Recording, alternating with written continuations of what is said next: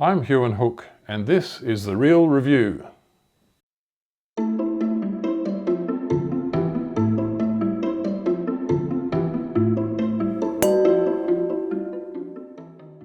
wine we're tasting today is Hare's Chase Iron Scraper Shiraz 2018 vintage from the Barossa Valley.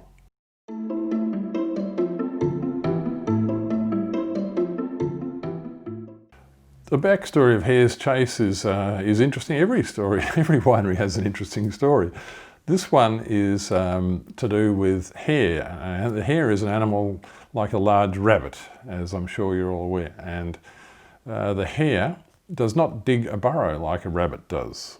And in the ironstone soils of the Western Barossa, which is where this wine comes from, the Marananga sub-district, the soil is so hard that if you were a rabbit, you would have a hard time scraping a burrow. So hence they say Hare's Chase Iron Scraper. A scrape is an Australian word for the little hide that hares live in. Instead of living in a burrow, they make a little hollow in the earth and cover it with bushes, and they sit in there. That's the place where they hang out. So the iron scraper, the other, I guess, reason for the name here is that the soil being so rich in ironstone, it's very, very difficult for vine roots to penetrate. So if you grow your vines without irrigation, in other words, dry-grown vines, the roots tend to go down deep and they seek out moisture from underneath the stones that are in the soil, because that's where the moisture tends to accumulate. So that's another aspect to the naming of this wine. When Peter Taylor and his friends and family bought this vineyard, they bought an established vineyard, was already, I think, over 100 years old when they bought it. That's the sort of vines they had, struggling old vines without irrigation, but they then expanded the vineyard and planted other grape varieties. Peter Taylor, I should say, was a former senior winemaker from Penfolds. He worked for Penfolds for a long time, so he knows a lot about winemaking, a lot about vineyards.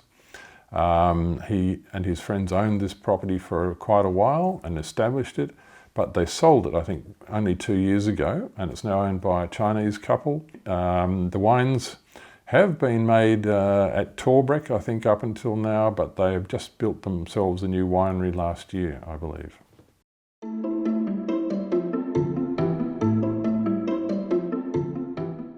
So the Hare's Chase Iron Scraper Shiraz, what does it taste like?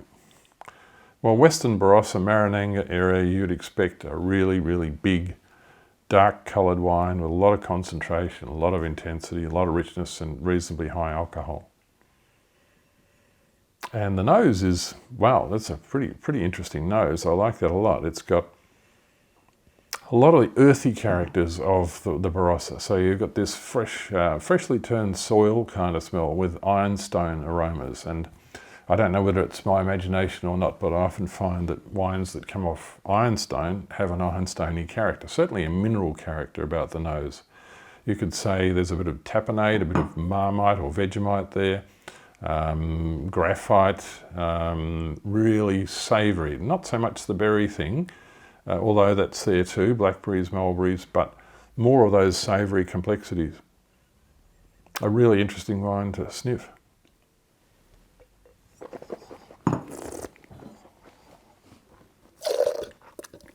And that is, yes, as expected, a full-bodied wine with a lot of guts to it. And there's quite a firm grip from the tannins there. So that wine, I think, really calls out for food. At this age anyway, it's only 2 years old. It will last for a long time, but it really needs food at this point.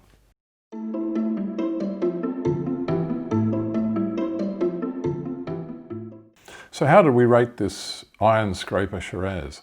Well, we scored it 96 out of 100, which is a pretty damn really good score for a $35 wine, $35. That earns it a top value rating and a top rank rating. It is number 2 out of 90 2018 vintage Shirazes from the Barossa that we tasted. And it drinks from now until 2030. But frankly, if I had it in my cellar, I'd be keeping it for another couple of years before I started drinking it. If you had half a dozen or a dozen, you could start drinking them in 2 years and drink them one a year for the next 11, 12 years, no problem.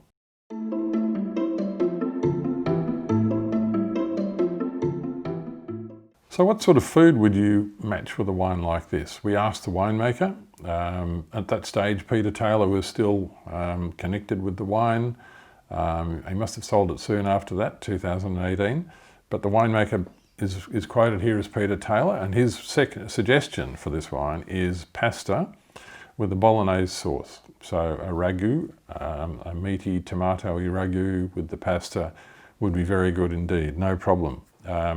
His other suggestion is roast beef or a steak. He's having a buck each way. I think anything with a lot of protein, a lot of richness of flavour would go with this. It needs food with plenty of flavour. So enjoy.